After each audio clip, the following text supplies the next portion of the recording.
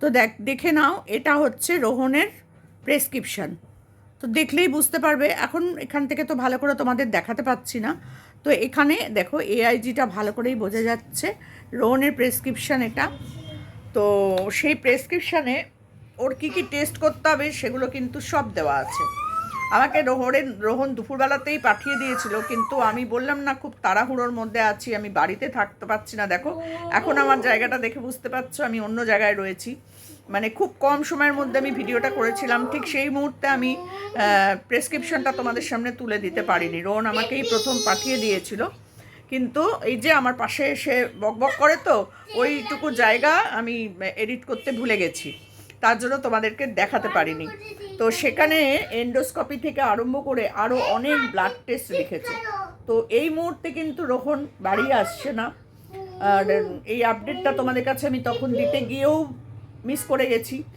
আর সবথেকে মাথার মধ্যে ঘুরছে রোহন আর সোনামার প্রাণনাশের হুমকিটাও না আসতে থাকে।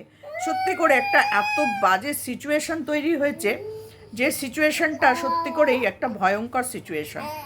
যে রোহনকে নিয়ে সত্যি কথা বলবে তারই যদি প্রাণনাশের হুমকি দেয় তাহলে কি করে হয় বলো। তো যাই হোক, সেটা আমি আছি তো সাইডে।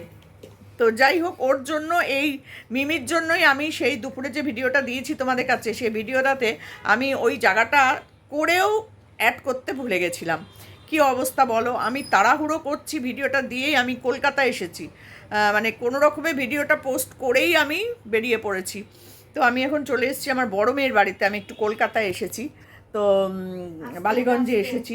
তাড়াহুড়ো করছিলাম, আর ও খুব ডিস্টার্ব করছিল মিমি, যার জন্য তোমাদের কাছে আমি দিতে পারিনি। আমাকে রোহন দিয়ে দিয়েছিল যে আন্টি তুমি একটু আপডেটটা দিয়ে দাও যে আমার এই টেস্টগুলো করার আছে। তো তারপরে রোহন আর ইয়েও একটা ভিডিও দিয়েছে, এই কী বলে, নাম ভুলে যাই গো আমি বড্ড, আমাদের লিসান ভিডিও দিয়েছে।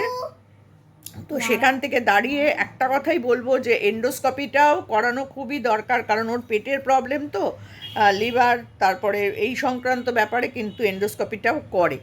তো আমারও হয়েছিল, কারণ আমিও পেটেরই প্রবলেমেরই একজন রুগী এবং লিভারের প্রবলেমেরই রুগী। আমার লিভারের মধ্যে অনেকগুলো সিস্ট আছে, অনেকগুলো। তো সেগুলো নিয়ে আমি খুবই কষ্টে থাকি, পেটে ব্যথা আমারও হচ্ছে প্রতিদিনই একটু একটু করে, জানি না কোন জায়গায় গিয়ে আমি শেষ বেশ দাঁড়াবো। তো যাই হোক, তোমাদের কাছে সেই আপডেটটা আমি সেই মুহূর্তে তুলে দিতে পারিনি, আর তোমাদেরকে এখন আমি দেখিয়ে দিলাম যে ওখানে এন্ডোস্কোপি থেকে আরম্ভ করে আরও অনেকগুলো ব্লাড টেস্ট দিয়েছে।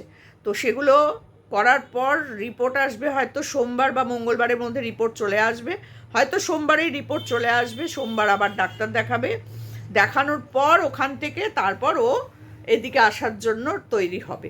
এই হচ্ছে আপডেট। তো আর প্রাণনাশের হুমকিটার জন্য না আমার ওইটা বেশি হাইলাইট করতে গিয়ে তোমাদের কাছে এইটা আমি তুলে দিতে ভুলে গেছিলাম। আমাকেও কখন দিয়ে দিয়েছিল জানো।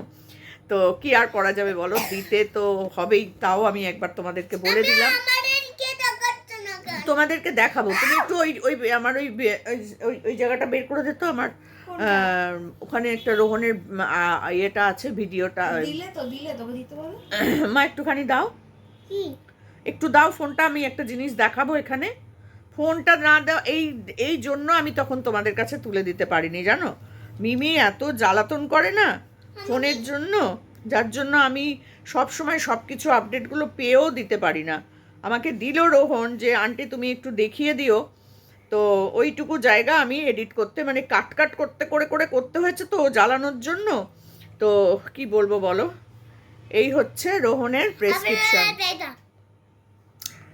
এই হচ্ছে কিন্তু রোহনের আসল প্রেসক্রিপশন, যেটা এইটা এখনো ওর টেস্টগুলো লেখা আছে, ঠিক আছে, প্রচুর টেস্ট, এখনো 3খানা টেস্ট। তো এআইজি হসপিটাল, বুঝতেই পারছো, এই দেখো এআইজি হসপিটাল, দাঁড়াও চুপ করো, হ্যাঁ দেখতে পাচ্ছি, এই দেখো এআইজি হসপিটাল। তো সেখান থেকে দাঁড়িয়ে রোহনের এন্ডোস্কোপির রেজাল্টটা না আসা অবধি বোঝা যাচ্ছে না পেটের ভেতর কি আছে না আছে। তুমি দেখতে পাচ্ছ না আমি কি করছি? হ্যাঁ দেখেছি, কোনো কাজ শান্তি করে কিছু করতেই পারি না। দাঁড়াও দাঁড়াও দাঁড়াও, ছাড়ো আমি একটু করে নিই কাজটা।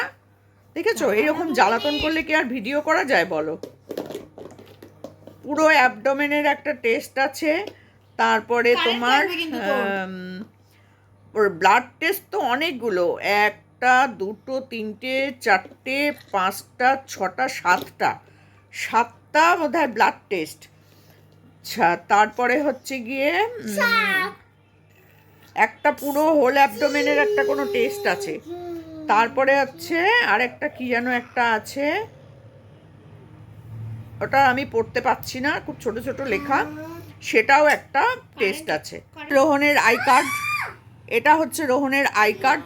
তো পুরোপুরি সামনাসামনি তো সব কিছু দেখানো যায় না, আর অনেকেই কমেন্ট করছে এই মোল্লা ওই খান, ওই নাম না, ওই না সেই না, সব জায়গাতেই কিন্তু আইডি প্রুফটা প্রয়োজন পড়ে। আর এই আইডি প্রুফ যদি ওর মানে ভুল হয় তাহলে নিশ্চয়ই ওকে ওখানে থাকতে দেবে না।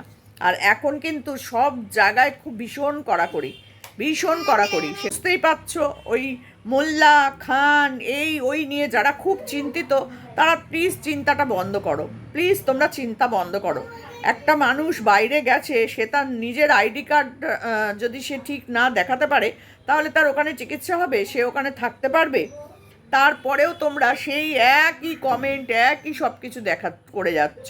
তো আমি তোমাদের ওর আই কার্ডটাও দেখিয়ে দিলাম, ওটা নিয়ে তোমরা বেশি মাথা খারাপ করো না। আর রোহন যখন ওখানে গেছে, ওখানে আইডি প্রুফ দেখিয়েই তো থাকবে, অসুবিধা নেই কিছু, এত চিন্তা তোমরা করো না। তোমরা নিজেদের চিন্তা করো যাতে নিজেদের পরিবারকে ভালো রাখতে পারো। এই তো একটা ছোট্ট বাচ্চা ছেলে রোহনকে নিয়ে ভিডিও করছে বলে তোমরা তাকে পর্যন্ত মারার ধমকি দিচ্ছ। কেন? সেই ছেলেটা তোমাদের তো কোনো ক্ষতি করেনি, করেছে কি? রোহনও যেমন তোমাদের ক্ষতি করেনি, এই বাচ্চা ছেলেটা রাকিব বোধহয় না সাকিব কি নাম, ওরকমই হবে, হয় রাকিব নয় সাকিব। কেউ লিখেছে আমার কমেন্ট বক্সে রাকিব, কেউ লিখেছে সাকিব, তো আমি জানি না, আমি তো সাকিবই জানতাম। তো যাই হোক, রাকিব সাকিব দুটোর মধ্যে একটা তো হবেই ওর নাম। তো সেখান থেকে ওকে ধমকি দেওয়া মানেই কিন্তু রোহনকেও ধমকির আওতায় আনা, কারণ ওর রোহনের ভিডিও করছে, রোহনের সত্যিটা তুলে ধরছে, প্লাস যেগুলো যারা ওর পেছনে লেগেছে তাদের সত্যিটাও ও তুলে ধরছিল। সেই জন্য ওকে মুখ বন্ধ করাতেই হবে। পারবে না আমাদেরকে পারবে না, কারণ ও ওর পাড়ার ছেলে তো, সেই জন্য পারছে। কিন্তু আমরা থাকি অনেক দূরে, আমাদের মুখ বন্ধ করানোটা এত সহজে সম্ভব হবে না। আর আমরা যা দেখি তাই নিয়েই আমরা বলি, আমরা কিছু বানিয়ে বলছি না। আর ও তো সবটা সামনে থেকে দেখছে, সেই জন্য ও কোনো মিথ্যে কথা বলছে না, তাই না? তো সেই কারণেই কিন্তু ওর মুখ বন্ধ করে দেওয়ার, ওর প্রাণনাশের হুমকি দেওয়া হচ্ছে। ভেবে দেখো, ছেলেটা বাড়ি থেকে বেরোতে পারবে? আর এরপর যখন সোনামা আসবে ওখানে, আর রোহন আসবে ওখানে, তখন আরও কী না কাণ্ড হবে। এটার জন্যই এই সব চিন্তাভাবনা করতে করতেই আমি তোমাদের কাছে ওইটুকু ইয়েটা দিতে ভুলে গেছিলাম, রোহনের এই আপডেটটা, যে রোহনকে এখন এন্ডোস্কোপি করতে হবে, প্লাস এতগুলো ব্লাড টেস্ট। আমাকে রোহন অনেকক্ষণ আগে পাঠিয়ে দিয়েছিল, কিন্তু ওই 11টা 11:30 নাগাদ রোহন আমাকে পাঠিয়ে দিয়েছিল, কিন্তু আমি তোমাদের কাছে মিস করে গেছি ওই ভিডিওটাতে। তো চলো, এই ভিডিওটাতে তোমাদের সাথে একটুখানি শেয়ার করে দিলাম। চলো, রোহন এখন সুস্থ থাকলেও রোহনের কিন্তু প্রপার চিকিৎসা এখনও শুরু হয়নি, প্রপার ওষুধ এখনও খাচ্ছে না, কারণ ওর যে টেস্টগুলো, সেই টেস্টগুলো হবে, তারপর তাকে ডাক্তার কিন্তু ওর যে রোগ তার চিকিৎসা শুরু হবে।